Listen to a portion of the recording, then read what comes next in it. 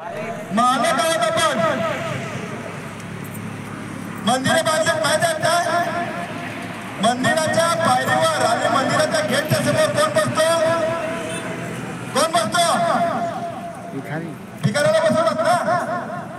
हा पालघर जिल्हा आदिवासी बहुल जिल्हा आणि हा पालघर जिल्ह्याच्या कलेक्टर असेल आणि त्यांच्या जेवढे अधिकारी असतील त्यांना समजायला पाहिजे की जे हा पालघर जिल्ह्यात आदिवासी समाज आहे आणि त्याच्यामुळे त्यांच्या सेवेसाठी आम्हाला पाठवलं आहे आणि त्या सेवेसाठी पाठवणे पाहून आम्हाला पगार पाणी भेटतो आणि त्या पगार पाण्यावर मी माझ्या मुलांना चांगलं शिक्षण देऊ शकतो, माझ्या आई वडिलांची चांगली सेवा करू शकतो आणि मी खाऊ शकतो, मी गाडीत फिरू शकतो, मी एसी हॉलमध्ये बसू शकतो आणि त्याच माणसाला गेटच्या समोर बसवणं लाज वाटला पाहिजे. त्या कलेक्टर त्यांच्या अधिकारांना लाजा वाटलं पाहिजेत ना. हॅलो, लाजा वाटलं पाहिजे.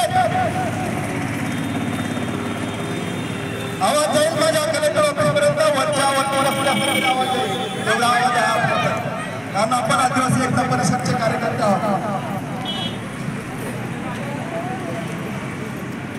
खूप कमी लोक असतील म्हणून लोकांना वाटत असेल एवढे कार्यकर्ते आदिवासी एकता परिषदचे आहेत. कार्यकर्ते जेव्हा जशी जशी केली तसे तसे निघतात आणि येतात सुद्धा. आदिवासी आहे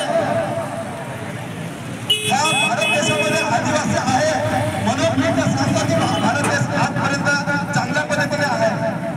नाहीतर एवढ्याला सिलेंडरचे आपला ऑक्सिजनचे गॅसचे बाटले पाठीमागे फिरवावे लागले असते. एवढा मोठा भारत देशामध्ये विकास चालला. आज मुंबईमध्ये आरे कोणाला लावले होते,